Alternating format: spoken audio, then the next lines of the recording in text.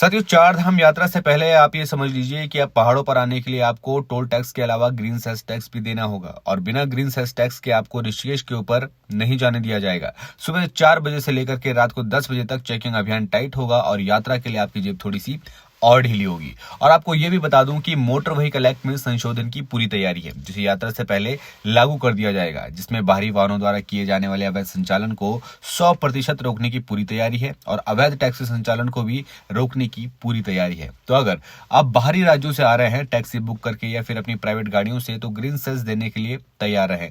कुल मिलाकर बात यह है कि अगर आपकी गाड़ी यूके नंबर नहीं है तो आपको ग्रीन सेस देना होगा, साथ ही चेकिंग की लंबी कतारों से होकर के गुजरना पड़ेगा और आपके वाहनों के अंदर अगर शराब की बोतल पाई गई तो कठोर कानूनी कार्रवाई से आपको होकर के गुजरना पड़ सकता है।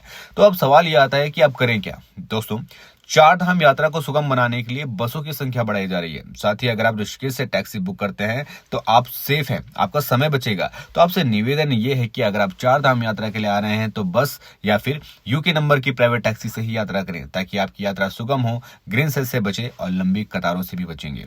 और अगर प्राइवेट टैक्सी से यात्रा करते हैं तो खर्चा तो आपको उतना ही होगा, लेकिन उत्तराखंड के टैक्सी चालकों को 3 महीने कमाने का मौका मिलेगा। वोकल फॉर लोकल सिर्फ स्लोगन में ही नहीं, असलियत में भी बनिए, तभी पहाड़ आपको कहेगा कि नेचर इज कॉलिंग।